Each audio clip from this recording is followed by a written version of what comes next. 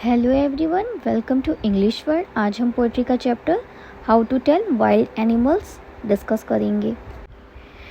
ये poem Carolyn Wells द्वारा compose की गई है। कैरोलिन वेल्स एक अमेरिकन पोएटिस थी एंड ये पोएम जो है ये एक हास्यपूर्ण पोएम है, यानी कि ह्यूमरस पोएम है, जिसको पढ़ के हंसी आ जाए वैसी पोएम है।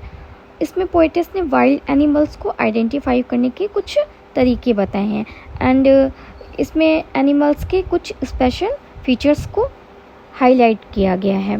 Let's start the poem. If ever you should go by chance to jungles in the east. First time में लिखा हुआ है, अगर तुम कभी गलती से ईस्ट साइड के किसी जंगल में पहुंच जाओ, ठीक है, and if there should to you advance a large and tawny beast, और अगर वहाँ पर एक बहुत बड़ा सा टॉनी येलो कलर का कोई जंगली जानवर आ जाए तुम्हारे सामने अचानक से, तो नेक्स्ट लाइन में क्या लिखा हुआ है, if he roars at you as you are dying you will know it is the Asian lion. ठीक है, अगर तुम एशियन साइड के किसी जंगल में अचानक से पहुंच जाओ और वहाँ पे एक बहुत बड़ा सा टॉनी और येलो कलर का जंगली जानवर आ जाए और फिर वो क्या करे, तुम्हारे पास आकर रोर करता है, ठीक है, दहाड़ता है, तो क्या होगा, तो तुम समझ जाना कि वो क्या है, एशियन लॉयन है। और फिर तुम्हें ऐसा लगे एज यू आर डाइंग, और तुम्हें ऐसा लगे कि तुम मरने वाले हो, तो तुम क्या समझ जाना कि वो एशियन लॉयन है, वो जंगल का राजा है। तो फर्स्ट पैसेज में यही लिखा हुआ है, ठीक है, कि यदि तुम्हें गलती से कभी एशियन साइड के जंगल में जाना पड़े और कोई येलो कलर का जंगली पशु तुम्हारे सामने आ जाए और वो तुम्हारे ऊपर दहाड़ने लगे और तुम उससे डर जाओ और तुम्हें ऐसा लगे कि तुम मरने वाले हो, तो तुम क्या समझ जाना कि वो एक एशियन लॉयन है। नेक्स्ट पैसेज में देखते हैं, और if some time when roaming round a noble wild beast greets you.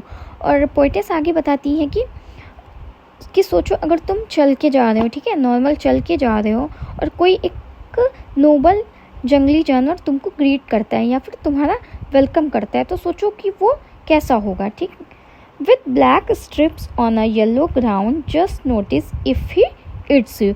और जो जानवर है वो उसकी बॉडी पर ब्लैक कलर की स्ट्रिप्स होंगी और वो पीले कलर का होगा या फिर येलो रंग का होगा। तो वो पोएटिस आगे बताती है, just notice if he eats you, और तुम नोटिस करना कि शायद वो तुम्हें खा जाएगा। ठीक है, this simple rule may help you learn the Bengal tiger to discern. ठीक है, तो अगर तुमको लगे कि वो तुम्हें खा जाएगा, तो यही एक सिंपल रूल है, यही एक सिंपल तरीका है बंगाल के टाइगर को पता लगाने का। ठीक, इस पैसेज में क्या है कि आप नॉर्मल चल के जा रहे हो और अचानक से कोई जंगली जानवर आपको ग्रीट करता है, ठीक है, आपका वेलकम करता है और उसकी बॉडी कैसे हो, येलो कलर की हो और जिसमें ब्लैक कलर की स्ट्रिप्स हो, और आप उसको देखो तो ऐसा लगे कि वो आपको खा जाएगा, तो वो कौन सा जानवर होगा, आपको पता चल जाएगा कि वो बंगाल टाइगर है। नेक्स्ट पैसेज में देखते हैं, if strolling fourth a beast you view whose height with spots is peppered as soon as he was left on you। और अगर आप चल के जा रहे होगे तो आपको अचानक से एक जंगली जानवर दिखाई देगा, whose height with spots is peppered, जिसकी स्किन क्या होगी, धब्बों से भरी हुई होगी, as soon as he was left on you, और जैसे ही आप उसको देखेंगे ना तो वो क्या करेगा, आप पे लेफ्ट करेगा, आप पे जंप करेगा, तो then you will know it is the leopard, तब आप जान जाओगे कि ये कौन सा जानवर है, ये लेपर्ड है। It will do no good to roar with pain, he will only leap and leap again. और वो आपके ऊपर जब जंप करके आ जाएगा ना तो आप दर्द से चिल्लाओगे, लेकिन उसका कोई फ़ायदा नहीं होगा, वो नहीं रुकेगा, ही विल लेप एंड लेप अगेन, वो आप पर जंप बार बार करेगा।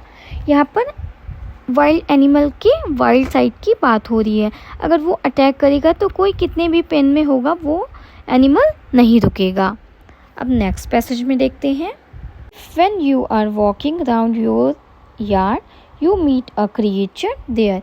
यदि आप अपने यार्ड में चारों ओर घूम रहे होंगे ना तो क्या होगा, यू मीट क्रिएचर देयर, तो वहाँ पे आपको एक प्राणी मिलेगा who hugs you very very hard, जो आपको बहुत ही सख्ती से हक करेगा, जो बहुत ही सख्ती से आपको पकड़ लेगा। Be sure it is a bear, तब आप समझ जाना कि ये भालू है। If you have any doubts I guess he will give you just one more caress, और फिर भी अगर आपको कोई भी डाउट हो कि ये भालू नहीं है, तब तक वो क्या करेगा, वो एक बार फिर से आपको ज़ोर से पकड़ लेगा, तब आप समझ जाना कि ये एक भालू ही है। नेक्स्ट पैसेज देखते हैं। दो to distinguish beast of prey a novice might nonplus the crocodile you always may tell from the hyena thus hyena comes with merry smiles but if they weep they are crocodiles. अब poetess इस passage में क्या बताती हैं कि यदि आपको hunting animals को डिफरेंशिएट करना है और अगर आप नोविस हैं, अगर आप नौसिखिया हैं, तो आप कंफ्यूज हो जाएंगे कि वो कौन सी दो एनिमल्स हैं जिनमें आपको डिफरेंस पहचानने हैं। ठीक है, अगर आपको इतनी नॉलेज नहीं है तो आप बिल्कुल नहीं पहचान पाओगे। और जो क्रोकोडाइल है ना और हाइना है, उसको आप तब पहचान पाओगे, उसमें आप कैसे डिफरेंस देख पाओगे, वो बताती हैं कि जो हंसेगा वो क्या है, वो हाइना होगा, यानी कि हाइना जो है वो स्माइल करेगा, और जो रोएगा वो क्या होगा, वो मगरमच्छ होगा। ठीक है, जो हाइना होता है वो स्माइल्स के साथ आता है, लेकिन जो क्रोकोडाइल होते हैं, जो मगरमच्छ होते हैं, वो क्या करते हैं, वो रोते हैं, तो आप पहचान जाना। नेक्स्ट पैसेज देखते हैं। The true chameleon is the small a lizard sort of things, यानी कि जो असली गिरगिट होता है ना, वो कैसा होता है, वो छोटा होता है, और कैसे होता है, लिजार्ड शॉर्ट ऑफ थिंग्स, बिल्कुल छिपकली के जैसा होता है। He has not any years at all, और उसके कोई भी कान नहीं होते हैं। And not a single wing, और साथ ही साथ क्या, उसको कोई भी पंख भी नहीं होते हैं। If there is nothing on the tree this the chameleon you see, और अगर आपको पेड़ों पर कुछ भी नहीं दिखाई दे तो आप समझ जाना कि वहाँ पर क्या है, वहाँ पे गिरगिट है, वहाँ पे शैमेलियन है, क्योंकि जो गिरगिट होता है वो क्या करता है, वो रंग बदलता है। और इस तरह से कविता की जो ब्यूटी है, कविता की जो सुंदरता है, वो इसकी भाषा के प्रयोग और इसके फ़नी आइडियाज़ में निहित है। Thanks for watching. अगर आपको मेरी वीडियो अच्छी लगी हो तो प्लीज़ मेरे चैनल को लाइक करें, सब्सक्राइब करें एंड डू कमेंट। एंड अगर आपको इस पोएम की फुल PDF चाहिए और लिटरेरी टर्म्स चाहिए तो आप मेरे टेलीग्राम चैनल को भी ज्वाइन कर सकते हैं, जिसकी लिंक आपको डिस्क्रिप्शन में दी गई है।